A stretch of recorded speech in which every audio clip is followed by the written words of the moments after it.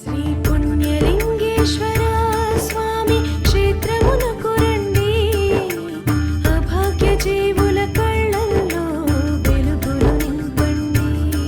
శ్రీ పుణ్యలింగేశ్వర స్వామి క్షేత్రమునకు రండి, అనాథనాథులకు అన్నదానము చేయండి, ఎన్నో ఫలాలు పొందండి.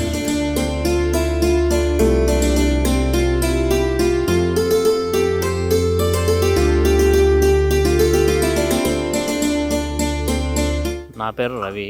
మా అబ్బాయిది ఫస్ట్ బర్త్డే కాబట్టి రావడం జరిగింది. ఇక్కడ చేస్తే బాగుంటుందని అనాథాశ్రమం ఉందనేసి చూద్దామనేసి వచ్చినాం మేము. ఇక్కడ అంతా బాగానే ఉంది, ఫెసిలిటీ కూడా బాగానే ఉంది.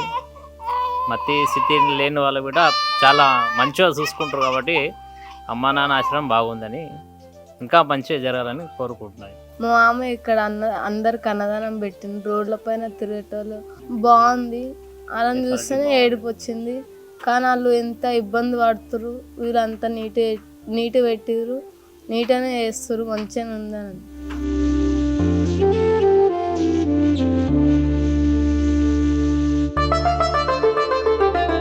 అమ్మా నాన్న అనాథాశ్రమంలోని అభాగ్యుల ఆకలి తీర్చేందుకు మానవతామూర్తుల అన్నదాతల సహాయాన్ని కోరుతున్నాము.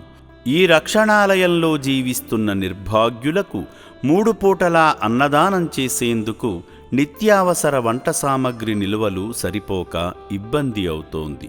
ఈ స్థితిలో ఆకలి తీర్చే మానవతామూర్తుల సాయం కోసం ఈ అభాగ్యులు ఆశగా చూస్తున్నారు. దయగల దాతలారా, వీళ్ళు మీ బిడ్డలే అనుకుని నిత్యావసర వంట సరుకులను అందిస్తే వాళ్ళ ఆకలి తీరడం ద్వారా ఆ పుణ్యమంతా మీకే దక్కుతుంది. సేవాభావంతో మీరిచ్చే కేజీ బియ్యంతో 4 అభాగ్యులు కడుపు నిండా తింటారు. 3 పూటల 1800 మంది ఆకలి తీర్చాలంటే ఎంత కష్టమో ఒక్కసారి ఆలోచించండి.